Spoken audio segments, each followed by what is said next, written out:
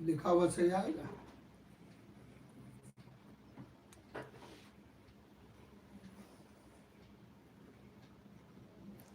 चलिए, आज के सेशन में आप सभी लोगों को दिल के गहराइयों से ढेर सारी बधाइयाँ, ढेर सारा दिल के गहराइयों से ढेर सारी शुभकामनाएं आप लोगों को। और आदरणीय मुख्यमंत्री जी के इस अभ्युदय योजना में आप लोगों का हार्दिक स्वागत। और आज उसी श्रृंखला को आगे बढ़ाते हुए हम लोग आगे की ओर अग्रसर होते हैं। और आप लोग फटाफट आ जाओ और हम लोग शुरू करते हैं उस श्रृंखला को। और कल हम लोग थोड़ा सा आज रिकैप करेंगे उसको। कल काफ़ी अच्छा जो है हम लोगों ने किया था, और हम लोगों ने काफ़ी अच्छा कल जो है देखा था कि कैसे कैसे जो है मुगल वंश का कैसे शुरुआत किया हम लोगों ने। कुछ लोगों ने ये भी कहा था, कुछ छात्रों का ये अनुरोध था कि बहुत जल्दी जल्दी जो है चल रहा, तो जल्दी नहीं चल रहा। वो हम थोड़ा सा समराइज कर रहे थे, पूरा समअप कर रहे थे, मतलब चित्रकला वास्तुकला। लेकिन हम लोगों ने बाबर को बहुत गहन रूप से अध्ययन किया। और आज उस श्रृंखला को आगे बढ़ाएंगे हम लोग। बादशाहों का अध्ययन कर रहे हैं हम लोग। इसके बाद हम लोगों का जो लास्ट लेक्चर रहेगा वो सिस्टम पर रहेगा, यानी कि मुगल वंश के पूरे सिस्टम पर अध्ययन करेंगे, जिसमें हम लोग कला, वास्तुकला, चित्रकला, भाषा, साहित्य और एक तरह से कह लीजिए कि जो इसका सिस्टम है उसके बारे में अध्ययन करेंगे। लेकिन आज अभी हम लोग कल का भी वीडियो और आज का भी वीडियो पर्टिकुलर बादशाह पर होगा कि क्या उपलब्धियां रही।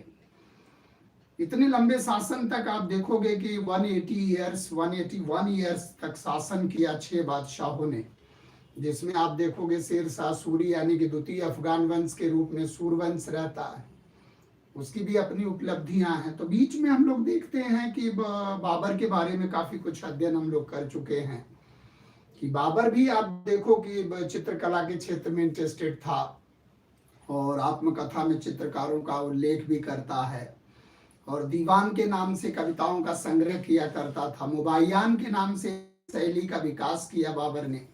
और दूसरी चीज की बाबर जो है तुर्की भाषा में दुनिया की सबसे श्रेष्ठ आत्मकथा, आप देखो कि बाबर जो है तुर्की भाषा में अपनी आत्मकथा लिखा, जिसको तुजुक ए बाबरी के नाम से जाना जाता है, जिसको हम लोगों ने काफी डिटेल अध्ययन किया कि बाबर के ही समय में जैतुद्दीन के द्वारा आप देखोगे उसका फारसी अनुवाद, फिर जैना खां, पायंदा खां के द्वारा उसका फारसी अनुवाद होता है। फिर अकबर के समय में जो अनुवाद विभाग था फैजी के नेतृत्व में जो गठित हुआ था, उसमें आप देखोगे तो उसका अनुवाद जो है अब्दुल रहीम खान खाना के द्वारा, जो बैरम खां के बेटे थे, बाबरनामा के नाम से किया गया। और उसी बाबरनामा का मदद करते हुए अर्स्किन और लेडेन ने इसका अनुवाद 1826 में आप देखोगे तो अंग्रेजी में किया।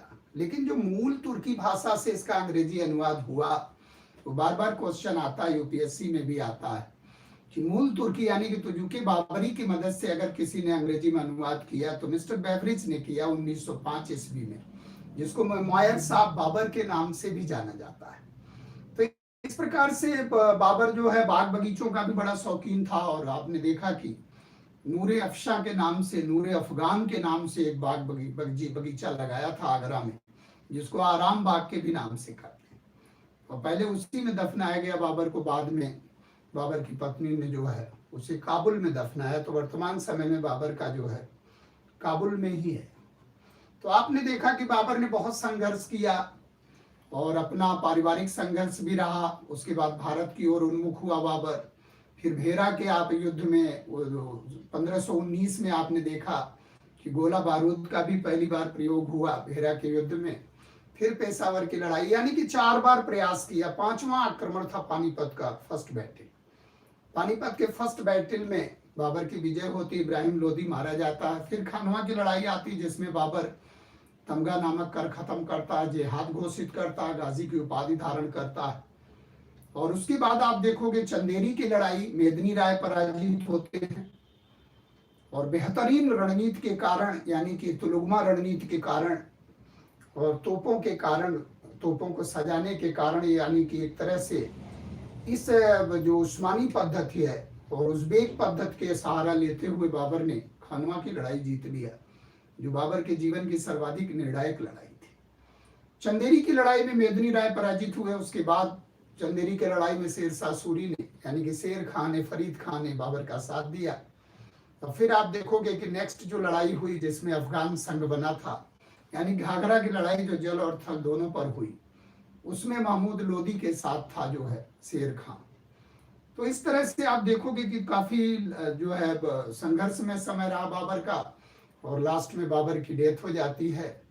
और बाबर की मृत्यु के बाद आप देखोगे कि 4 दिन के यानी कि चौथे दिन जो है यानी कि 30 दिसंबर और 1530 को हुमायूं का राज्याभिषेक होता है। और हुमायूं आप देखोगे, हुमायूं को हम लोग जो है एक तरह से कई फोल्ड में जो है बांट कर पढ़ सकते हैं। जैसे काबुल में जन्म हुआ हुमायूं का, यानी कि 1508 में हुमायूं का जन्म होता, और 1508 से लेके 1530 का जो फेज है हुमायूं का प्रारंभिक जीवन काल, उसमें आप देखोगे तो एक सैन्य प्रशिक्षण के रूप में या सैन्य मदद के रूप में बाबर के साथ रहता हुमायूं। और जो है पानीपत की लड़ाई, खानवा की लड़ाई में हुमायूं बाबर के साथ युद्ध में भी लड़ाई करता है। तो इस तरह से आप देखोगे काफी सैन्य प्रशिक्षण हो चुका था। इसके बाद हुमायूं ने उस परंपरा का पालन करते हुए, क्योंकि ज्येष्ठाधिकार का कोई नियम सिद्धांत था नहीं, तो हुमायूं ने क्या किया कि प्राप्त विरासत में जितना साम्राज्य था वो वादे के अनुसार, और इतना उदारता दिखाया हुमायूं ने कि अपने जीवन काल में उसने पूरे साम्राज्य का विभाजन कर दिया, यानी कि बंटवारा कर दिया कि कौन सा क्षेत्र किसको मिलेगा और कहाँ किसके द्वारा। जैसे कामरान का था तो जितने भाई थे, और उसमें भी आप देखोगे कि एक इनका चचेरा भाई था, उसको भी सुलेमान को, यानी कि उसको जो है बदख्शां का क्षेत्र दे दिया, और कामरान को काबुल और कंधार का क्षेत्र दिया, और अस्करी को आप देखो संभल का क्षेत्र दिया, और मेवात का क्षेत्र दिया हिंदाल को। हिंदाल जो है मेवात का क्षेत्र पाया, और उसके बाद सबका बंटवारा करते हुए, और कुछ लोग इतिहासकार ये भी कहते हैं कि ये जो बंटवारा किया पूरे साम्राज्य का, ये भी इसके कहीं ना कहीं पतन का कारण बना, क्योंकि हिंदाल को अगर छोड़ दिया तो कामरान अस्करी हमेशा हुमायूं का विरोध ही करते रहे। तो हुमायूं का जो प्रारंभिक संघर्ष रहा, आप देखे कि पहला ही लड़ाई हुमायूं की कालिंजर की लड़ाई हुई प्रताप रुद्रदेव से, जो अफगान से मिला हुआ था। तो 1531 में कालिंजर की लड़ाई हो जाती है, 1532 में दोहरिया का युद्ध हो जाता है जौनपुर के पास में, महमूद लोदी के नेतृत्व में दोहरिया का युद्ध होता है। इसके बाद आप देखो चुनारगढ़ का घेरा, चुनारगढ़ के घेरे में फरीद खां शेर खां था, काफी दिनों तक वो घेरा पड़ा रहा। इसके बाद शेर खां से प्रत्यक्ष लड़ाई होती है, और जो 2 लड़ाइयां बड़ी फेमस रही हैं, जिसमें 1539 की लड़ाई और 1540 की लड़ाई। गंगा और कर्मनासा नदी है, बिहार का एरिया है, और चौसा का मैदान, चौसा का युद्ध हुआ, और उसमें कहते हैं कि 1539 में काफी दिनों तक जो है ये नदी के छोर पर बैठे रहे, और जब बारिश का इंतजार हो रहा था, और जैसे ही बारिश शुरुआत हुई तो कर्मनासा नदी में भी पानी भर गया, और उसके बाद रात में इन्होंने अटैक कर दिया शेर खां ने। और जब रात में अटैक हो गया तो हुमायूं के पास कोई विकल्प नहीं, और हुमायूं जो है कर्मनासा नदी में अपने घोड़े को लेकर और कूद गया, और उसी समय एक निजाम भिस्ती था जो हुमायूं को बचाता है। तो एक दिन के लिए साम्राज्य हुमायूं उसे सौंप देता है, और वो चमड़े का सिक्का चलाता है। तो इस समय आप देखोगे कि यह युद्ध शेरशाह के लिए, हमने कल बताया था कि जुड़वा युद्ध की बड़ी महत्ता रही है। जैसे पानीपत का फर्स्ट युद्ध है, खानवा का युद्ध है जिसमें खानवा का युद्ध निर्णायक रहा। जैसे शेरशाह सूरी और हुमायूं के मध्य जो 2 लड़ाइयां हुई हैं, जैसे चौसा की लड़ाई और बिलग्राम की लड़ाई, जिसमें हुमायूं और शेरशाह के मध्य जो ये 2 लड़ाइयां हुई हैं, उसमें आप देखोगे कि शेरशाह सूरी के साथ जो ये लड़ाई हो रही है शेर खां के साथ, इसमें यही लड़ाई सर्वाधिक निर्णायक, यानी कि इसी लड़ाई के बाद आप देखोगे खुतबा पढ़ा जाने लगा, और एक तरह से दरबार लगा जाने लगा, सिक्कों का प्रचलन होने लगा, और पटना शहर को बसाया जाने लगा, और एक तरह से कह लीजिए कि शहंशाह शेरशाह सुल्तान आदिल, यानी कि फरीद खान क्या हो गया, शेरशाह की उपाधि धारण किया। बार बार ये क्वेश्चन आता है कि शेरशाह की उपाधि कब धारण किया, तो after the battle of Chausa, not the battle of Bilgram. Chausa के युद्ध के बाद ये निर्णय हो गया कि अब कौन शासन नहीं करेगा। और इसके बाद नेक्स्ट लड़ाई जो होती है, क्योंकि लखनऊ के तरफ से उधर बढ़ रहा था और उधर कन्नौज में लड़ाई हो जाती है बिलग्राम के पास में, और इस बिलग्राम के लड़ाई से हुमायूं निर्वासन में चला जाता है। इसके बाद 15 वर्षों तक हुमायूं निर्वासन में रहता है। भाइयों से कोई विशेष सहायता इसकी मिलती नहीं है, और ऐसे समय में ईरान के शाह से मदद मिलती है और वो ऑप्शन देता है कि सिया धर्म अगर आप स्वीकार कर लेते हो तो हम आपको सैन्य मदद करेंगे। ऐसी स्थिति में आप देखोगे कि राणा वीर साल के घर, यानी कि 1341 में हिंदाल के जो गुरु रहते हैं उनकी जो पुत्री रहती है जिसको हमीदा बानो बेगम कहते हैं, वहीं पर जो है 1341 में हुमायूं का विवाह हो जाता है।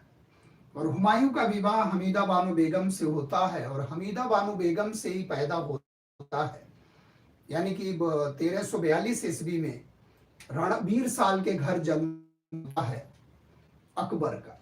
तो कहीं ना कहीं अकबर की नीतियों पर ओवरऑल हम लोग देखेंगे जो सुलह कुल की नीति आ रही है, कहीं ना कहीं सिया परवेज का भी बहुत बड़ा योगदान है। इनके जो गुरु थे अब्दुल लतीफ, इनके जो संरक्षक थे बैरम खां, सिया धर्मावलंबी थे, और इस तरह से जैसे राणा वीर साल के घर इनका जन्म हुआ, तो कहीं ना कहीं कहते हैं कि जो परिवेश होता है वो हमारे संस्कारों का निर्माण करता है।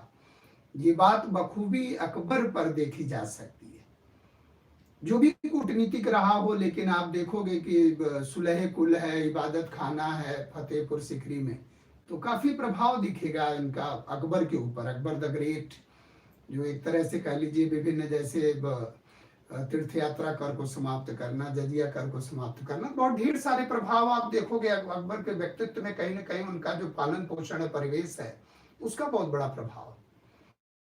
तो अकबर का जो है इसी निर्वासन में जन्म हो जाता राणा वीर साल के घर। और इसके बाद आप देखोगे कि जब लगातार ये हुमायूं निर्वासन में रहते हैं, बार बार ये प्रयास भी करते हैं ईरान के शाह की मदद से, लेकिन वो प्रयास सफल नहीं होता, क्योंकि सूर्यवंश की स्थापना हो जाती है 1540 में। और 1540 में जब सूर्यवंश की स्थापना हो जाती है शेर शाह सूरी के द्वारा, तो शेर शाह सूरी के बारे में कहा जाता है कि शेर शाह जो है, शेर शाह के जो पिता थे हसन खां करके थे, और उनको सासाराम की जागीर मिली हुई थी, लेकिन आपसी मतभेद के कारण जो है पिताजी के मतभेद के कारण ये इनकी शेर फरीद खां की शिक्षा दीक्षा ये जौनपुर में होती है। और फरीद खां जो है काफी दिनों तक जौनपुर में रहते हैं। और इसके बाद आप देखोगे चंदेरी के युद्ध में फरीद खां जो है एक तरह से कह लीजिए कि बाबर का साथ देते हैं, यानी कि मेदिनी राय के विरुद्ध बाबर का साथ देते हैं चंदेरी के युद्ध में। इसके बाद धीरे धीरे फरीद खां हाईलाइट होने लगते हैं। बहार खां जो दक्षिणी बिहार के किलेदार थे, सूबेदार थे, बहार खां लोहानी, उनके यहाँ चले जाते हैं। और बहार खां लोहानी के यहाँ ही एक घटना घटित होती है जिसके कारण ये फरीद खां शेर खां हो जाते हैं। इसके बाद ये जो है एक तरह से कह लीजिए कि धीरे धीरे इनके व्यक्तित्व का निखार आने लगता है। और फिर ये संघर्ष जो हो जाता है हुमायूं से, आपसी संघर्ष, उसमें कह लीजिए कहीं ना कहीं अंततः इनकी विजय होती है। और 40 में सेकंड अफगान वंश की स्थापना हो जाती है। यानी कि जो द्वितीय अफगान वंश है वो सूर वंश को कहा जाता है, क्योंकि जो प्रथम अफगान वंश था वो लोधी वंश को माना जाता था, जिसको हम लोगों ने पढ़ा, जिसकी स्थापना बहलोल लोधी के द्वारा की गई। तो एक तरह से अगर शेर शाह सूरी के जीवन को देखा जाए तो काफी ऐतिहासिक जीवन है और काफी कर्मठता के साथ इन्होंने साम्राज्य का निर्माण किया। तो शेर शाह सूरी के जीवन को अगर 5 सालों में देखा जाए, यानी कि 1540 से लेके 1545 तक, तो गखर का क्षेत्र था और वहां कुछ इस तरह के विद्रोह हो रहे थे, तो उस विद्रोह का दमन इन्होंने किया। फिर बंगाल में कुछ स्थिति नियंत्रण में नहीं थी, तो बंगाल यानी कि 1541 में बंगाल के तरफ ये गए और वहां इन्होंने 19 सिकों में उसे बांट दिया। 19 जनपद, 19 जिलों में उसको बांटा और वहां का शासन प्रशासन पूरा व्यवस्थित किया बंगाल में। और काजी फजीलात नामक जो पदाधिकारी था उसकी नियुक्ति किया वहां के देख रेख करने के लिए। यानी कि शेर शाह सूरी एक ऐसा व्यक्तित्व था इतिहास में कि जो युद्ध भी लड़ता था और प्रशासनिक योग्यता भी उसी दौरान दिखाता था। यानी कि शासन प्रशासन के क्षेत्र में अगर देखा जाए तो शेर शाह सूरी ने बहुत कुछ दिल्ली सल्तनत और अपने इतिहास से सीखा।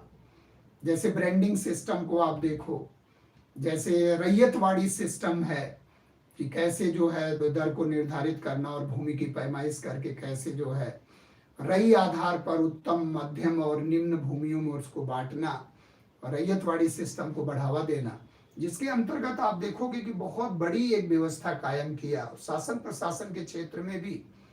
यानी कि एक तरह से कहा जाए कि शेर शाह का कोई सानी नहीं इतने कम समय में। और फिर आप देखोगे कि 1543 के आसपास रायसीन की लड़ाई हो जाती है, और रायसीन की लड़ाई में आप देखोगे कि उधर राजस्थान के तरफ ये लड़ाई होती है, जिसमें ये वादा खिलाफी कर देते हैं, जिसके कारण ये कहा जाता है कि यह इनके चरित्र पर सबसे बड़ा धब्बा माना जाता है, जो 1543 में रायसीन का युद्ध हुआ था। और रायसीन के युद्ध के बाद आप देखो कि मारवाड़ के तरफ ये बढ़ते हैं 44 में, और 44 की लड़ाई जो मारवाड़ की लड़ाई होती है, यानी कि वहां ज्वार बाजरा ही केवल होता है, तो इन्होंने कहा भी था लास्ट में, और बहुत ही वहां भी पत्र इन्होंने जाली बनवाया और उससे मतभेद उत्पन्न करवा दिया, और जिसके कारण जो है, लेकिन राजपूत बहुत वीरता पूर्वक लड़े, और जयमल और फत्ता करके राजपूत थे वहां, बहुत ही वीरता पूर्वक उन्होंने लड़ाई किया। और लास्ट में कहा जाता है कि वहां जो है इन्हें कहना पड़ा लास्ट में कि मुट्ठी भर बाजरे के लिए मैंने लगा कि पूरे दिल्ली साम्राज्य या हिंदुस्तान को ही खोने का प्लान बना लिया था। तो ऐसा महसूस करता था शेर शाह सूरी। और लास्ट में आप देखोगे 1545 में शेर शाह सूरी का अंतिम जंग जो है वो कीरत सिंह के विरुद्ध शुरू हुआ, और कालिंजर का किला था, यानी कि कालिंजर का दुर्ग था और बुंदेलखंड का एरिया था और अभेद दुर्ग था। और वहां ओका, एक कहा जाता ओका नामक जो है, एक उक्का नामक तोप ये चला रहे थे, और उसी का गोला रिवर्स होके आके लगा, और वहीं पर शेर शाह सूरी जो है वहीं पर जो है इनका इंतकाल हो जाता है। तो कह लीजिए कि बहुत ही कम समय तक, जैसे बाबर 4 साल तक शासन में रहा और युद्ध लड़ता रहा, लेकिन बाबर कुछ सच शासन प्रशासन के क्षेत्र में बहुत कुछ नहीं कर पाया, यानी कि समय अभाव जो भी रहा। लेकिन शेर शाह सूरी ने इस बात को झुठला दी और पूरी व्यवस्था को अलग तरह से स्थापित किया। और शेर शाह सूरी ने ऐसी व्यवस्था बनाया, जैसे आप देखोगे केंद्रीय प्रशासन है, प्रांतीय प्रशासन है, स्थानीय प्रशासन है, और जो मंत्री परिषद की पूरी व्यवस्था है, जिसमें दीवाने अर्ज है और दीवाने विजारत है, दीवाने इंसा है, दीवाने रसालत है, ये सारी व्यवस्था को उन्होंने सुगमता पूर्वक काफी हद तक उन्होंने इस व्यवस्था को जारी किया। और फिर आप देखोगे कि पूरा परगनों में विभाजित करना, यानी कि सिखों में विभाजित करना पूरे साम्राज्य को, और फिर वहां सिकदार की नियुक्ति करना, यानी कि सिकदारे सिकदारान जो महत्वपूर्ण पदाधिकारी के रूप में नियुक्त हो रहा है, और मुंसिफे मुंसिफान, यानी कि न्यायिक कार्य करने के लिए अगर आप देखा जाए तो मुंसिफ की नियुक्ति होती थी, और जो बड़े सूबे होते थे यानी कि वहां मुंसिफे मुंसिफान की नियुक्ति होती थी।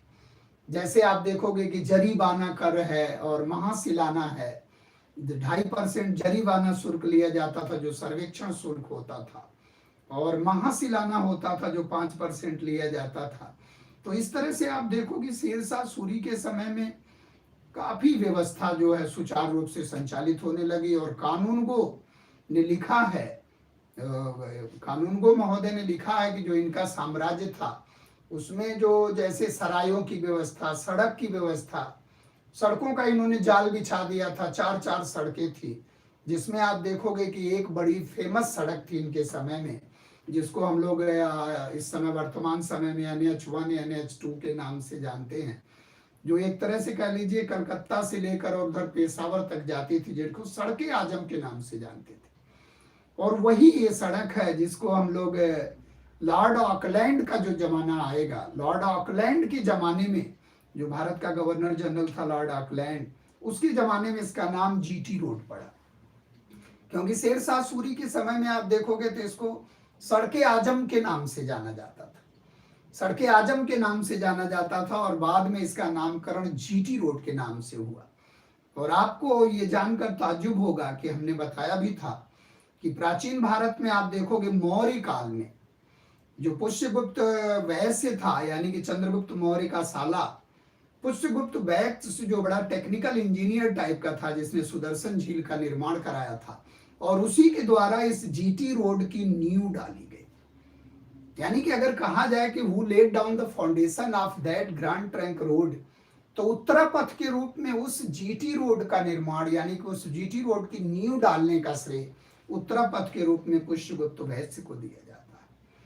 तो ये भी बड़ा ऐतिहासिक रहा। और सड़क सराय के रूप में, और सड़क सराय को धमनियों के नाम से जाना जाता था। अब्बास खां शेरवानी ने लिखा है, अब्बास खां शेरवानी इनके दरबारी इतिहासकार हुआ करते थे शेरशाह सूरी के, जिन्होंने तारीखे शेरशाही नामक ग्रंथ लिखा है। और बाद में कहा जाता तोहफाए अकबर शाही के नाम से अकबर को सौंपा गया, तोहफाए अकबर शाही के नाम से भी उसे जाना जाता है। यानी कि अगर इनकी उपलब्धियों को देखा जाए, सड़क सराय के क्षेत्र में देखा जाए, या जीटी रोड के क्षेत्र में देखा जाए, ग्रैंड ट्रंक रोड के क्षेत्र में देखा जाए, तो इन्होंने काफी इंफ्रास्ट्रक्चरल स्थापनाएं भी की थी। यानी कि सैन्य व्यवस्था, राजस्व व्यवस्था, न्याय व्यवस्था, इस तरह से कहा जाता है कि इतिहासकारों का ये मानना था कि शेरशाह सूरी के समय में ऐसी व्यवस्था कायम थी, जैसे किसानों को ये जो है एक तरह से पट्टा देते थे, कबूलियत लेते थे। तो बार बार क्वेश्चन आता, पट्टा और कबूलियत का सिस्टम। पट्टे पर लिखवाया जाता था किसान का नाम, खेत का नाम, पूरा विवरण होता था, रकबा कितना है, कहाँ है। उसके बाद फिर कबूलियत, इकरारनामा, यानी कि उस पर जो काउंटर गारंटी, उस पर लिखित रूप में किसान एक्सेप्ट करता था। तो पट्टा देना और कबूलियत लेना, ये जो व्यवस्था, ये शेरशाह सूरी की बड़ी अच्छी व्यवस्था थी। और सड़क माप के क्षेत्र में इन्होंने एक तरह से कह लीजिए जरीब का प्रयोग किया और भूमि की पैमाइश करके जो है उसका निर्धारण किया। रई पद्धति, यानी कि एक लिस्ट, प्राइस लिस्ट, यानी कि जो मूल्यों की सूची निर्धारित करना था, उसको एक नाम दिया गया, रई पद्धति का नाम दिया गया। तो ये भी एक व्यवस्था। और भूमियों को इन्होंने बांट दिया कि भाई जिस प्रकार से जो भूमि है, अगर उत्तम भूमि है तो वहां उस तरह से टैक्सेशन लगेगा, मध्यम भूमि है, निम्न प्रकार की भूमि है तो उत्तम, मध्यम और निम्न प्रकार के भूमियों का जो है बंटवारा भी कर दिया गया था। और अगर देखा जाए कि शेरगढ़ी के नाम से इन्होंने बसाया दिल्ली को। और एक चीज और आप देखोगे कि जो कन्नौज नगर था, शेरसूर नगर के रूप में उसको स्थापित किया। और शेरशाह सूरी ने जो है रोहतासगढ़ का एक किला बनवाया सुरक्षा के लिए, क्योंकि भारत के पश्चिमोत्तर क्षेत्र में ज्यादा दिक्कतें आती थी, खक्खर का विद्रोह वगैरह होता था, तो वहां पर एक रोहतासगढ़ के किले का भी इन्होंने निर्माण करवाया। और सबसे बड़ी बात है कि जिसको हम लोग सासाराम के नाम से जानते हैं, सासाराम में अशोक का अभिलेख भी है, लघु शिलालेख है। और सासाराम में आप देखोगे झील के मध्य में इनका मकबरा भी है। तो झील की मध्य में जो मकबरा है, अंदर से आप देखोगे तो हिंदू लगता है, बाहर से मुस्लिम। यानी कि मकबरे का बड़ा सुंदर, कुछ तो लोग कहते हैं, कुछ इतिहासकार का मानना है कि ये ताजमहल से भी सुंदर लगता है। और हमने आपको मेडिवल इंडिया में बताया था जब दिल्ली सल्तनत का अध्ययन कर रहे थे कि गाजी मलिक गयासुद्दीन तुगलक का जो मकबरा बना था उसको शेरशाह सूरी के मकबरे का पूर्वगामी भी कहा जाता है। वो भी झील के मध्य में था, बिल्कुल आमलक लगा हुआ था और उस पर कलश लगा हुआ था ऊपर। और शेरशाह सूरी के द्वारा ही दिल्ली का पुराना किले का निर्माण कराया गया, क्योंकि हुमायूं तो आप देखोगे समय अभाव के कारण कोई वास्तुकला के क्षेत्र में कोई उपलब्धियां रही नहीं, 15 वर्ष तो निर्वासन में रह गया, इसलिए दीन पनाह नामक एक नगर की केवल स्थापना कर पाया। तो दिल्ली के पुराने किले का निर्माण करवाया। अब पुराने किले में ही आप देखोगे किलाए कोहना के नाम से एक मस्जिद बनवाई गई। किलाए कोहना के नाम से एक मस्जिद का निर्माण करवाया गया, जिसमें किलाए कोहना के नाम से एक मस्जिद उसी पुराने किले में बनी। और उसी में आप देखोगे शेरे मंडल, जिसके सीढ़ियों से गिरकर हुमायूं का इंतकाल होता है। तो लेनपुल महोदय का कहना था कि हुमायूं जीवन भर लड़खड़ाता रहा और लड़खड़ा कर उसके जीवन लीला समाप्त हो जाती। तो मकबरे के लिए भी फेमस रहे हैं। और आप देखेंगे कि जो आधुनिक जो पाटलिपुत्र है उसको पटना के रूप में बसाने का श्रेय 1540 में आप देखो कि शुद्ध रूप से जो अरबी मौद्रिक प्रणाली के क्षेत्र में भी शेरशाह सूरी का कोई सामी नहीं रहा, क्योंकि शुद्ध रूप से आप देखोगे 180 ग्रेन का इन्होंने अरबी में एक तरह से जो है वो रुपया चलाया, जो ब्रिटिश प्रणाली का, स्मिथ महोदय कहते हैं कि आगे चलकर यह ब्रिटिश प्रणाली का बहुत बड़ा आधार बनता है, यानी कि ब्रिटिश प्रणाली को अफेक्ट करता है। तो मौद्रिक प्रणाली के क्षेत्र में भी आप देखोगे जैसे दाम है, और अगर चांदी और तांबे का अनुपात देखा था तो 1:64 था। ये बार बार क्वेश्चन आता है कि शेरशाह सूरी के समय में चांदी और दाम का अनुपात क्या था, तो 1:64 का था।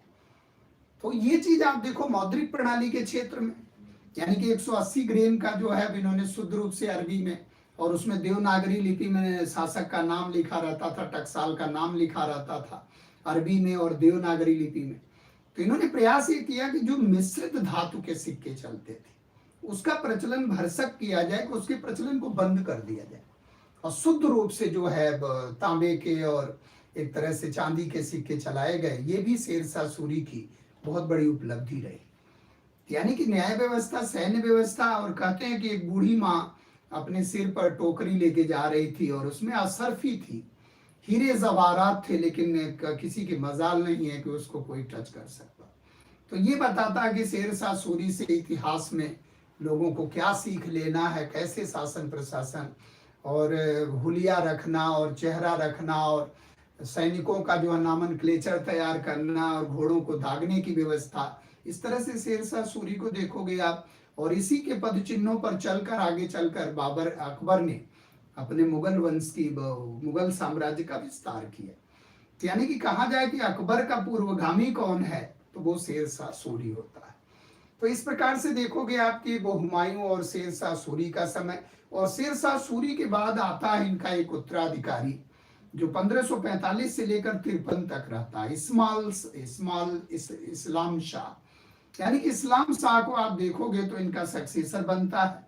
और इस्लाम शाह के ही समय में आप पहली बार देखोगे तो हेमू या हेमराज का उत्कर्ष होता है।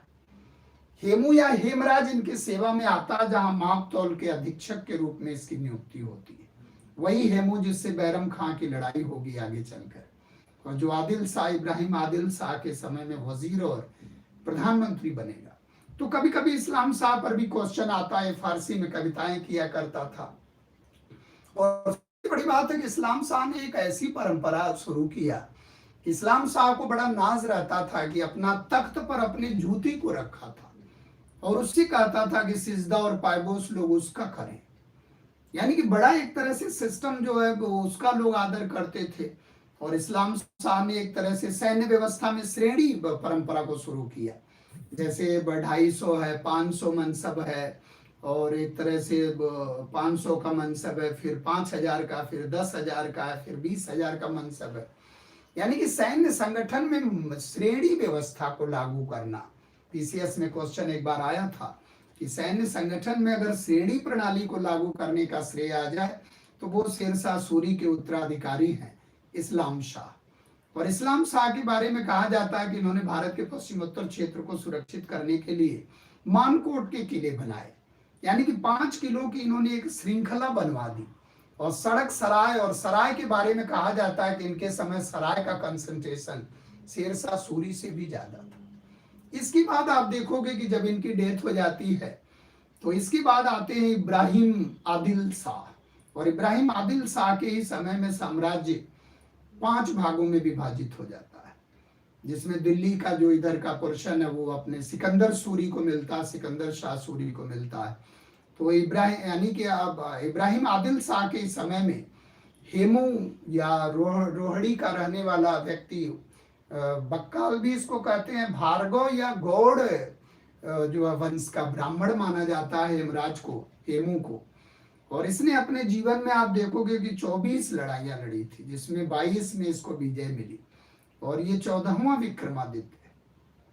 इतिहास में आप देखोगे बहुत ढेर सारे विक्रमादित्य पाए गए, जिनमें लोगों का मानना है कि 14 विक्रमादित्य हुए, जिनमें सबसे प्रतापी विक्रमादित्य हुए चंद्रगुप्त सेकंड, जिनके समय में दरबारी नवरत्न हुआ करते थे, जो गुप्त वंश के शासक थे, जिनके समय में एक तरह से फाहियान का भारत आगमन हुआ था।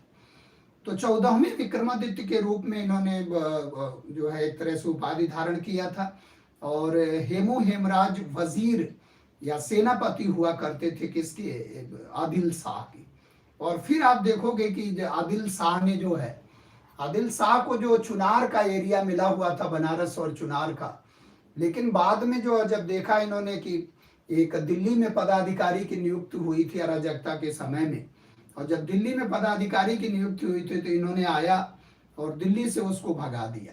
यानी कि इब्राहिम आदिल शाह ने दिल्ली पर कब्जा कर लिया और जो तारगी बेग करके था उसको दिल्ली से भागना पड़ा। और वो तारगी बेग जाता है बैरम खां के पास और वहीं पर अकबर रहता है। अकबर के बारे में हम लोग जानते हैं कि अकबर जो है 1551 में आप देखोगे 9 वर्ष की अवस्था में अकबर जो है सूबेदार बन जाता है और बैरम खां के संरक्षण में अकबर रहता है।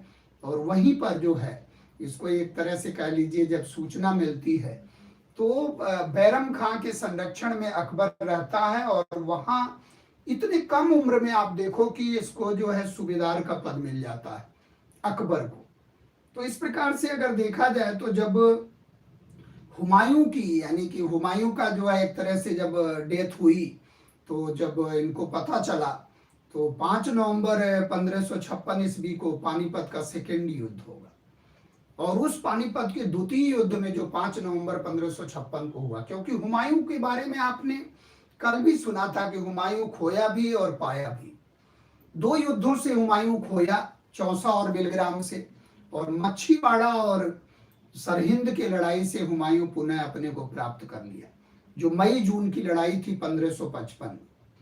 1555 में आप देखोगे मच्छीवाड़ा और सरहिंद की लड़ाई होती है और इसी मच्छीवाड़ा के युद्ध में बैरम खां इसका पूरा साथ देता है हुमायूं का।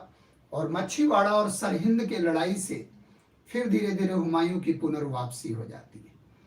लेकिन 24 जनवरी यानी को लड़खड़ाता हुमायूं और इस तरह से 26 जनवरी 1556 ईस्वी को हुमायूं का इंतकाल हो जाता है। यानी कि शेरे मंडल के सीढ़ियों से लड़खड़ा कर और हुमायूं इस दुनिया से चला जाता है।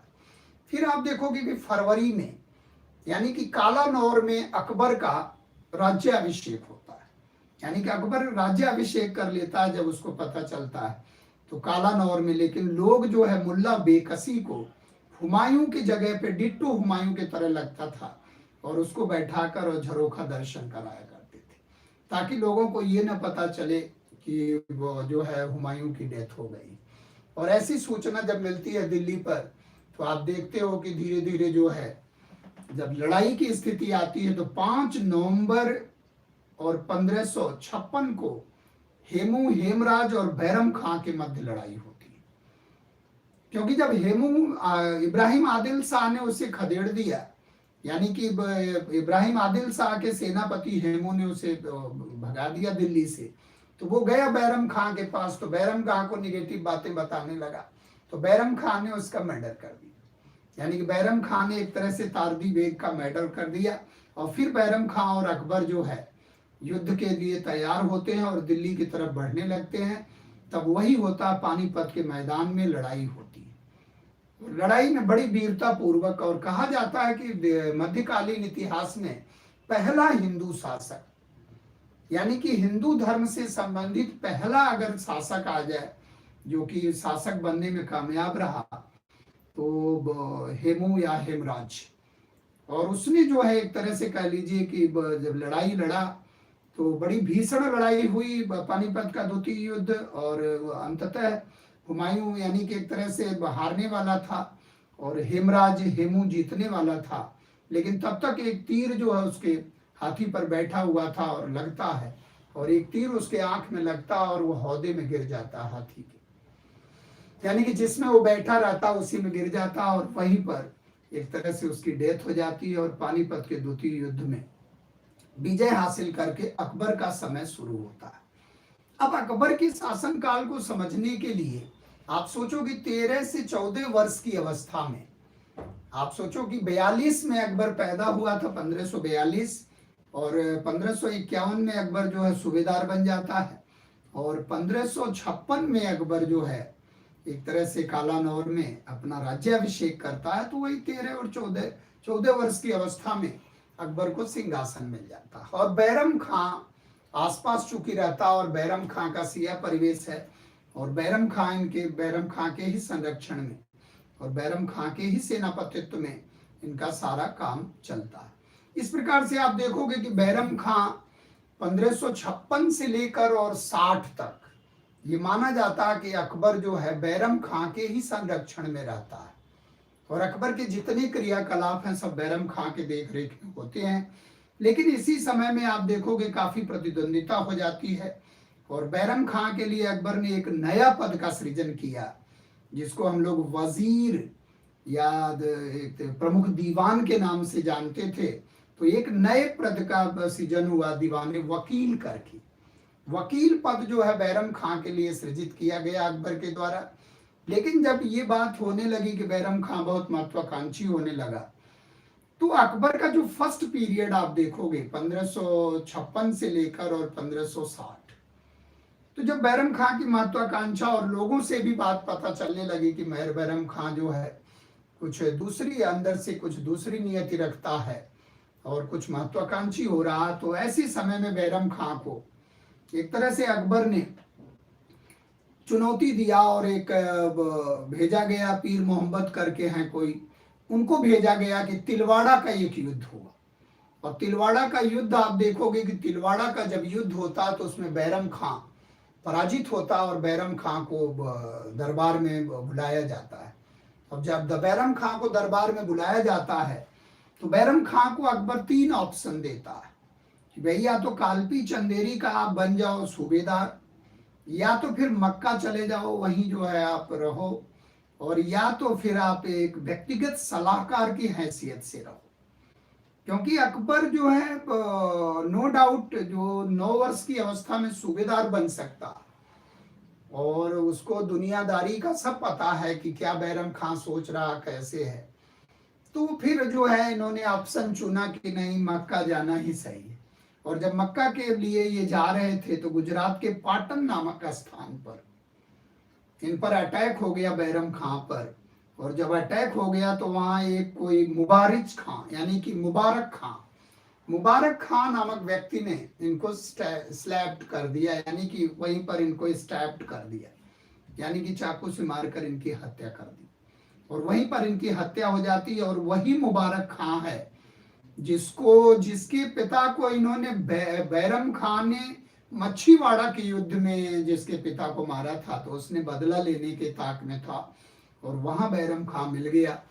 और उसके बाद आप देखोगे कि इनका परिवार जो है, जब अकबर को पता चलता है तो अकबर बुलाते हैं, और इनके जो अब्दुल रहीम खाने खाना है यानी कि रहीम खां, तो अब्दुल रहीम खाने खाना को इन्होंने अपने संरक्षण में ले लिया और शलीमा बेगम से यानी कि शादी कर लिया इन्होंने।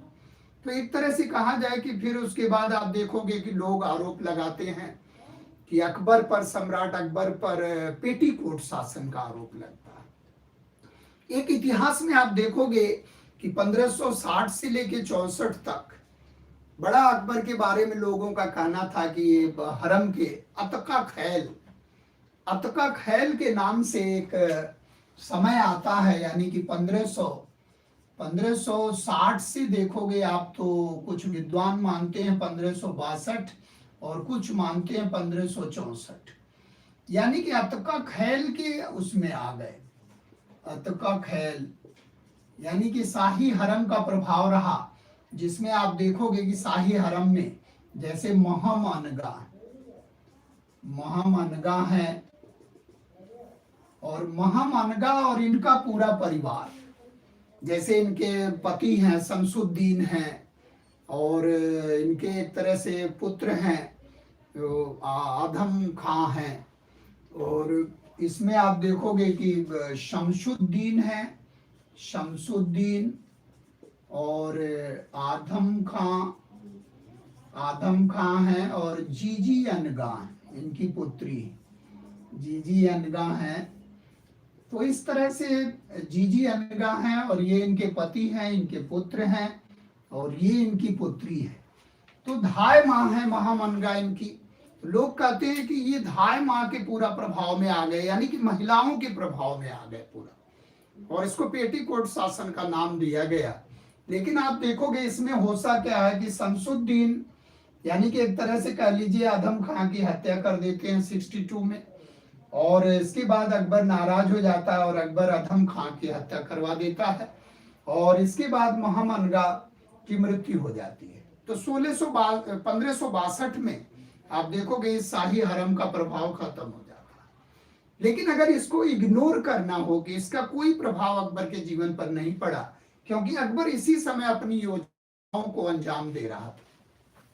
यानी कि अकबर का अगर ये समय देखा जाए तो आप इसको अगर गौर से अध्ययन करोगे तो अकबर इसी के दौरान अपने साम्राज्य विस्तार को शुरू कर दिया था, और वैवाहिक नीतियां भी अकबर की शुरू हो गई थी।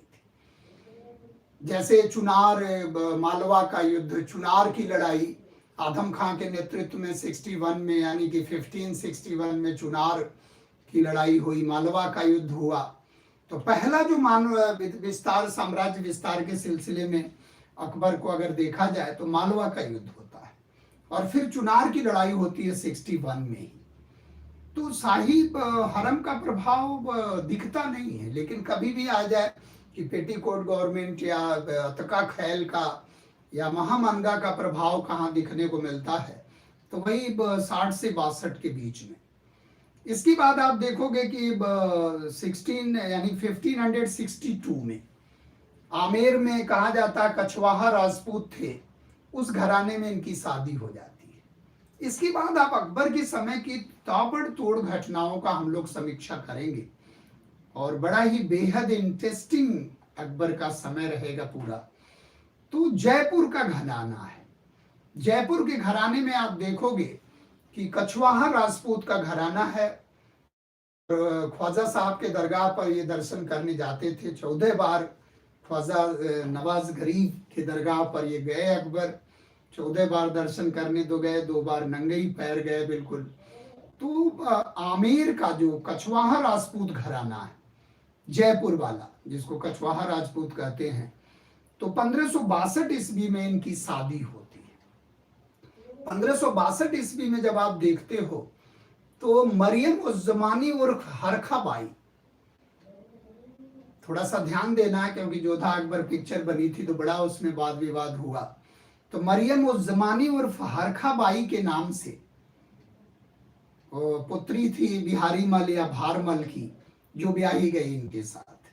तो आप देखोगे कि जो बिहारी मल या भारमल की पुत्री है वो ब्याही जा रही अकबर से, जिसका नाम है मरियम उज़ ज़मानी उर्फ हरखा बाई, और इसी मरियम उज़ ज़मानी के गर्भ से पैदा होता है सलीम, शेख सलीम चिश्ती के कुटिया में शेख सलीम, इसीलिए शेखो बाबा, सलीम को प्यार से जो है जहांगीर उस अकबर शेखो बाबा के नाम से जानते थे।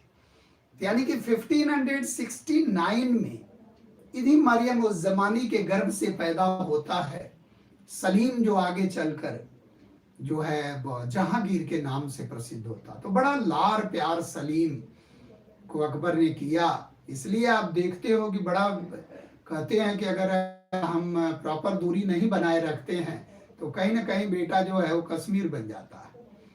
यानी कि आप देखो कि कितना लार प्यार किया, लेकिन बहुत इंतजार के बाद सलीम ही पहली बार विद्रोह करता है अपने पिता के विरुद्ध।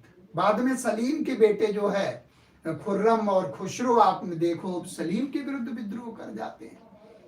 तो इतिहास ये गवाह है कि आगे आने वाली पीढ़ी भी वही काम करती है जो पीछे वाले किए हैं, पद चिन्हों पर चलने लगते हैं। तो पहली बार आप देखो कि एक राजपूत कन्या से उत्पन्न पुत्र सलीम बाद में जो है जहांगीर के नाम से शासक बनता है, और इसकी 2-2 घराने में शादी होती है। राजपूत घराने में इसकी 2-2 शादियां होती हैं, और खुसरो और खुर्रम भी राजपूत कन्या से उत्पन्न होते हैं। बाद में आप देखोगे कि 1585 में इनकी शादी होती है मानबाई के साथ। तो 1585 में जो शादी मानबाई के साथ होती है वो मान सिंह की बहन थी, और जो भगवान दास है उनकी पुत्री थी, और भगवान दास भारमल के बेटे, यानी कि भारमल के बेटे भगवान दास के बेटे मान सिंह। तो मान सिंह की बहन हुई मानबाई, यानी कि भगवान दास की पुत्री। और वो ब्याही थी किसके साथ? सलीम के साथ, यानी कि जहांगीर के साथ। और उनसे जो उत्पन्न हुआ वो बड़ा बेटा जो है वो एक तरह से कह लीजिए खुसरो। खुसरो भी विद्रोह कर दिया था, तो आप देखो बार बार विद्रोह करता रहा, और जिसके कारण आप देखो कि कहा जाता है कि मान बाई जो है इनको शाह बेगम की उपाधि से विभूषित किया गया, बड़ा इज्जत करता था। तो मान बाई शाह बेगम हो गई, लेकिन बाद में एक तरह से जहांगीर से एक तरह से कह लीजिए कि जहांगीर की जो आदतें थी उसके कारण जो है बाद में अफीम खाकर मानबाई ने आत्महत्या कर ली। यानी कि 1603-4 तक उन्होंने आत्महत्या कर लिया, और बाद में खुसरो जो है विद्रोह करता सलीम के विरुद्ध, और 1622 ईस्वी में खुसरो को खुर्रम जो है एक तरह से खत्म कर देता है शाहजहां। और बाद में आप देखोगे हमारे इलाहाबाद में एक खुलदाबाद है, वहाँ खुसरो बाग है, और वहीं पर ले जाकर दफन कर दिया जाता है। तो कहा जाता है कि एक अभागी माँ और एक अभागा बेटा दोनों एक ही जगह कब्र बनी हुई है, और उसको खुसरो बाग के नाम से भी जानते हैं।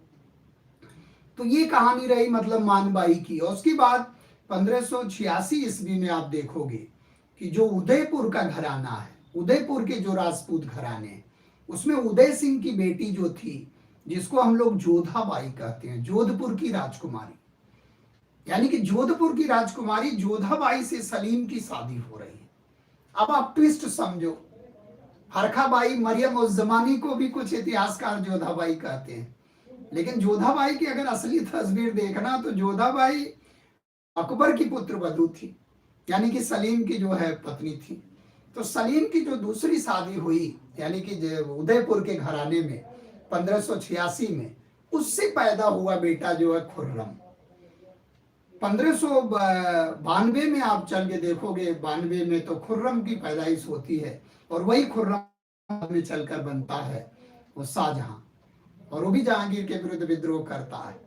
तो जो खुर्रम था वो भी राजपूत कन्या से उत्पन्न हुआ, जो खुसरो था वो भी राजपूत कन्या से उत्पन्न हुआ, और जो सलीम था वो भी राजपूत कन्या से उत्पन्न हुआ। यानी कि ऐसा परिवेश आप देखो अकबर ने बना दिया कि राजपूत घराने पूरी तरह एक वैवाहिक संबंधों के आधार पर, और वैवाहिक संबंधों को हम लोग इतिहास के स्टार्टिंग में ही पढ़े थे कि वैवाहिक संबंधों को भी आंतरिक स्थिति को मजबूत करने के लिए एक आधार बनाया जा सकता है, जो बिंबिसार ने उस पद चिन्हों पर चला। और बिंबिसार के बाद आप देखोगे अजात शत्रु, और इवन आप देखो कुतुबुद्दीन ऐबक को देखो, आप ऐबक ने गोरी को अपना दामाद बनाया, कुबाचा को अपना बहनोई बना लिया, गोरी ने ऐबक को बनाया, ऐबक ने गोरी को बना लिया, दोनों एक दूसरे के दामाद थे।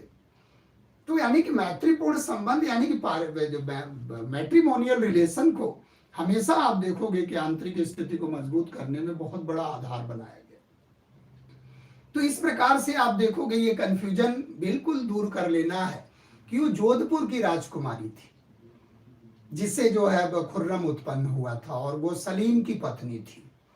तो इस प्रकार से आप देखोगे कि अकबर की नीतियां जो है वैवाहिक संबंधों की रही, जिसके कारण, क्योंकि अकबर ये जानता था, मेवाड़ के राणा संग्राम सिंह को देखा खानवा के युद्ध में, यानी कि अगर वो देखा जाए कि इतिहास से सबसे ज्यादा सीख लेने वाला कौन था तो अकबर ही था।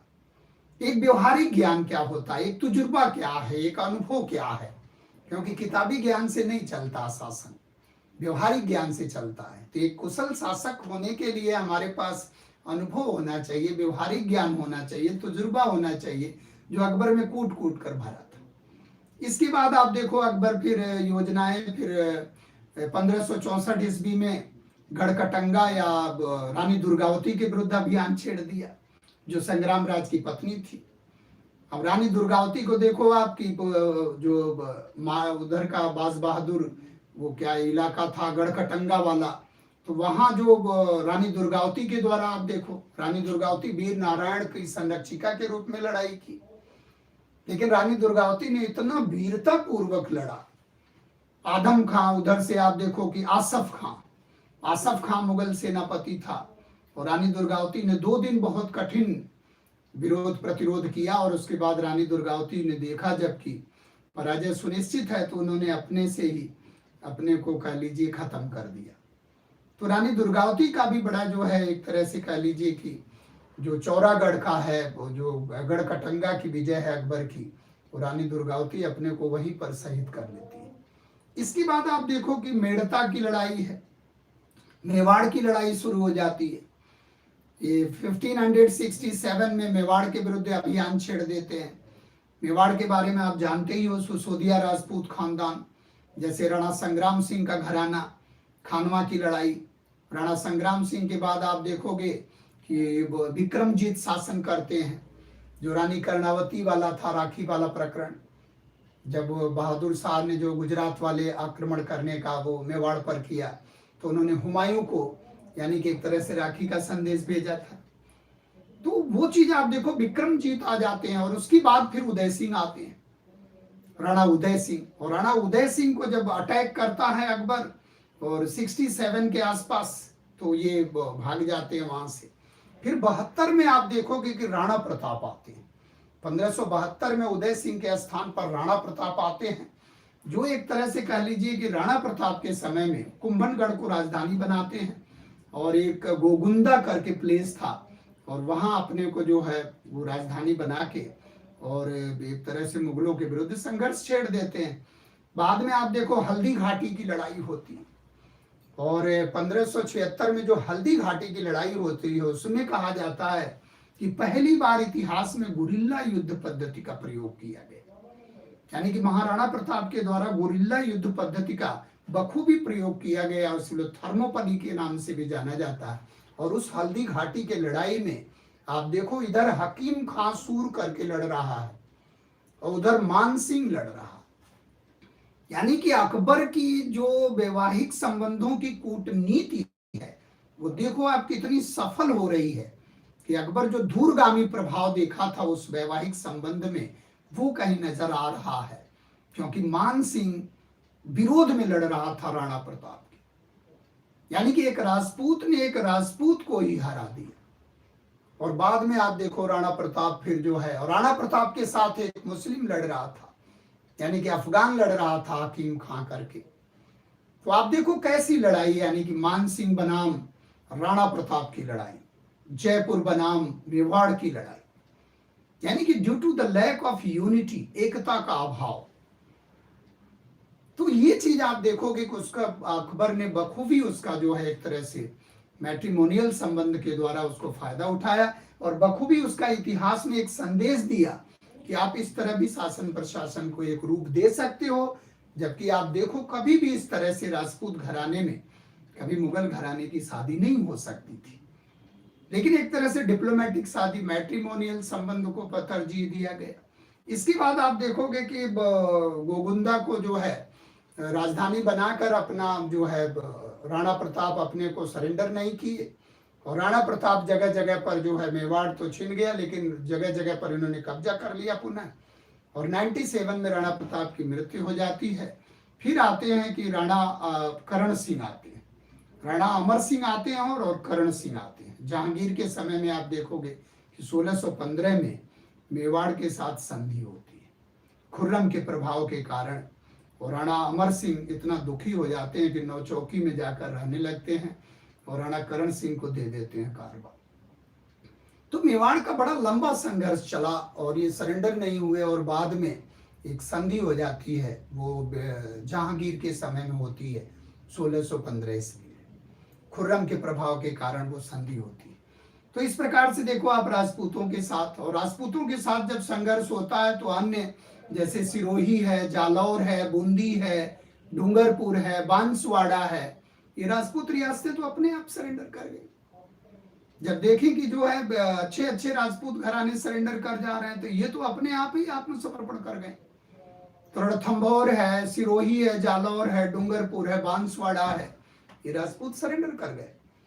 तो 70 तक आप देखोगे कि सारी रियासतें मैक्सिमम जो है राजपूताना एक तरह से कर लीजिए सरेंडर हो जाते हैं, मेवाड़ को छोड़ दिया जाएगा। इसके बाद 70-72 का दौर जो आता है वो गुजरात विजय का आता है। फिर आप देखो साम्राज्य विस्तार करने के सिलसिले में गुजरात विजय करता 72 में, यानी कि 1572 में गुजरात पर अटैक होता है, और वहीं पर पहली बार बे ऑफ कैम्बे में इन्होंने खंभात में समुद्र को देखा था। और वहीं पर कहा जाता है कि इन्होंने जब गुजरात विजय करके जब जाने लगे तो विद्रोह हो जाता वहां, फिर ये 11 दिन के अंदर बहुत फास्ट, तो इतिहासकार लिखते हैं उसको कि ये बड़ा तीव्रतम, दुनिया का सबसे द्रुतगामी अगर कोई कहा जाए कि विद्रोह को दमन करने का कार्य किया गया तो वो अकबर के द्वारा, जो 1573 ईस्वी में जो विद्रोह होता है गुजरात में, उसका दमन करने के लिए 11 दिन में गुजरात पहुंचना। और इसी समय आप देखोगे कि कहा जाता है कि गुजरात विजय के याद में ही एक सीकरी प्लेस था, फतेहाबाद नाम। तो 1569-70 के आसपास फतेहाबाद की स्थापना होती है और वही इतिहास में फतेहपुर सीकरी के नाम से प्रसिद्ध होता है, जो 15 वर्षों तक नॉन स्टॉप अकबर की राजधानी बना रहता है। यानी कि फतेहपुर सीकरी अगर आप देखोगे तो 69 ऑनवर्ड 83 तक, 84 तक अकबर की राजधानी बना रहता है। और अकबर वहां जो है दीवाने आम, दीवाने खास, जोधाबाई का महल और बीरबल की कोठी और मरियम की कोठी और शेख सलीम चिश्ती का मकबरा और जामा मस्जिद का निर्माण, जिसको सीकरी का गौरव भी कहा जाता है। और सबसे बड़ी बात है कि इसमें एंट्रेंस गेट के लिए बुलंद दरवाजे का निर्माण कराया था, यानी कि 176 फीट ऊंचे बुलंद दरवाजे का निर्माण अकबर कराता है एंट्रेंस गेट के लिए, यानी कि कह लीजिए कि फतेहपुर सीकरी। तो इस तरह से फतेहपुर सीकरी की विभिन्न इमारतें अकबर के समय में, यानी 15 वर्षों तक वहां रहा, फिर वो राजधानी शिफ्ट कर देता है। और इसी दौरान आप देखोगे कि अकबर के बारे में कहा जाता है कि ढेर सारे किले बनवाए। अकबर के बारे में हम लोग डिस्कस कर रहे थे, तो किले बनवाने के लिए अगर शासक के रूप में आ जाए तो 1565 में शुरुआत हुई आगरे के लाल किले की। फिर उसके बाद आप देखोगे अजमेर का किला, फिर लाहौर का किला, फिर अटक का किला और लास्ट में इलाहाबाद का किला बनवाता है। यानी कि 1583 में, 1582 में दीन इलाही आ जाता है और 1583 में आप देखोगे इलाही संबत आ जाता है और 1583 में ही इलाहाबाद के किले का निर्माण होता है। तो लास्ट किला था जो इलाहाबाद का किला था, जैसे आप देखोगे कि जो प्रयाग प्रशस्ति है, जो मौलिक रूप से इलाहाबाद कौशाम्बी का अभिलेख रहता है सम्राट अशोक का, सम्राट अशोक का ही अभिलेख रहता है, जिसको बाद में प्रयाग प्रशस्ति के रूप में समुद्रगुप्त स्थापित करता है। यानी कि उसमें अशोक का भी नाम है, उसमें समुद्रगुप्त का भी नाम है, उसमें बीरबल का भी नाम है, उसमें जहांगीर का भी नाम है, उसमें अकबर का भी नाम है। क्योंकि आप देखोगे कौशाम्बी से अकबर यानी कि इलाहाबाद के किले में कौन शिफ्ट किया, तो अकबर के समय में जहांगीर ने की। वही प्रयाग प्रशस्ति है इलाहाबाद के किले में। तो इलाहाबाद का किला भी जो है, जो आज प्रयागराज के नाम से जाना जाता है इलाहाबाद, तो इलाहाबाद इलाही, दीन इलाही। तो इस तरह से आप कंसेप्ट देखोगे कि घटनाओं को कभी भी याद करने में कोई दिक्कत नहीं आएगी जब आपके पास एक सेंस डेवलप होगा, कोरिलेशन होगा। कभी भी मेंस में भी लिखने के लिए हमें क्या चाहिए, होलिस्टिक अप्रोच चाहिए। एक जस्ट लाइक कहानी की तरह हम उसको बांधें, यानी कि तोड़ तोड़ के भी हम समझ लें और घटनाओं को जोड़ जोड़ के भी हम समझ सकते हैं। तो तोड़ तोड़ के अगर उसका हम विश्लेषण कर लें तो प्री हो गया, और उसको होलिस्टिक व्यूज में लिख दें तो मेंस हो गया, और उसी को एक्सप्रेस कर दें तो इंटरव्यू हो गया। तो इतिहास को हमें कभी भी घबराहट के रूप में नहीं लेना है, एनालिटिकल सिंथेटिकल वे में उसको करके बांधना है और उसी को खूबसूरत तरीके से जाके लिख देना। जैसे अकबर को देखो, इतनी घटनाएं हैं कि हम लोग एक एक घटनाओं में दूसरी घटनाएं आ जा रही। तो साम्राज्य विस्तार के सिलसिले में आप देखोगे फिर बंगाल बिहार में हो जाता है, बंगाल बिहार को समाप्त करता है वो, यानी कि 1576 के आसपास। फिर आप देखोगे इसके बाद कश्मीर यानी काबुल का अभियान हो जाता है 1581 में, फिर 1585 में कश्मीर का अभियान हो जाता है, फिर उड़ीसा और सिंध के तरफ 91 के आसपास, फिर 90s में ये दक्षिण भारत की विजय करने लगता है। और 1595 में जो है वो एक तरह से कह लीजिए कि उधर काबुल का अभियान हो जाता है। फिर यानी कि एक तरह से अगर देखा जाए कि बलूचिस्तान, सिंध, काबुल, कश्मीर, कंधार, लेकिन लास्ट में आप देखोगे कंधार फिर 95 में हाथ से निकल जाता है। कंधार का अभियान हो जाता है, यानी कि 1595 में कंधार पुनः ये प्राप्त कर लेता है। और फिर जो है जहांगीर के समय में 1622 ईस्वी में कंधार फिर हाथ से निकल जाता है। फिर शाहजहां के समय में कंधार आएगा, 38 में आएगा, और खुर्रम शाहजहां के ही समय में 48 में कंधार सदैव के लिए मुगलों के हाथ से निकल जाएगा। तो ये भारत के पश्चिमोत्तर क्षेत्र में जो एक काबुल सूबा था, उसी के अधीन कंधार था। जो सिंध था, कंधार था, तो काबुल सूबे के ही अधीन था। तो आप देखो कंधार आता रहा, जाता रहा। फिर तो ऐसे विजय में आप देखोगे कि जब 90s में, 90 के दशक में ये अहमदनगर से शुरू करते हैं, अहमदनगर, बरार और खानदेश की विजय करते हैं। इसलिए आप मुगल काल में सूबों की संख्या देखोगे तो जो केंद्रीयकरण हो रहा है, जो अकबर के समय में साम्राज्य विस्तार हो रहा, 1580 से शुरू हो जाएगा। और 1580 से जब आप देखोगे तो साम्राज्य विस्तार जब शुरू होगा, तो प्रारंभिक दौर में तो इनके समय में जो है एक तरह से कह लीजिए आप 12 सूबे थे।